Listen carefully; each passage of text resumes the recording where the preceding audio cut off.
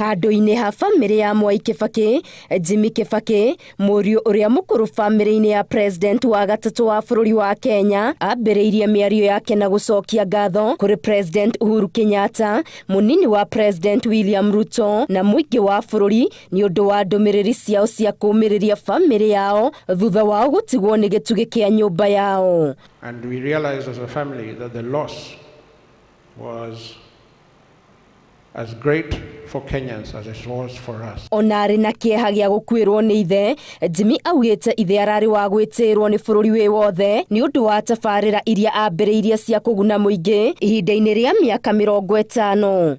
And it is that love and passion that enabled him to dedicate his life to this country.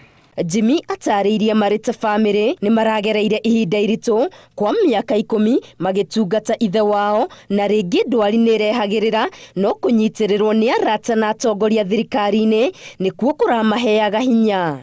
But where we got stuck, the mere threat of suggesting that we are going to give you a call for further guidance would ensure that whatever was requested by the family or by Mzee was done quite expeditiously.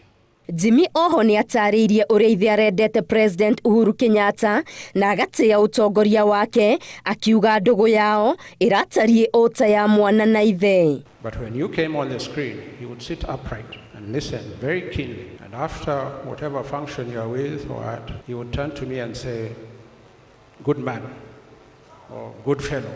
Makĩria na ũguo, Jimmy augĩte bamĩrĩ yao nĩ ihotetwo nĩ wendo ũrĩa Kenya mamonetie ihinda-inĩ rĩa kiumia kĩmwe rĩrĩa makoretwo magĩcakaya ithe. Ngĩribotera Inooro TV, Ngetu Wangari Maria wa Mũigana.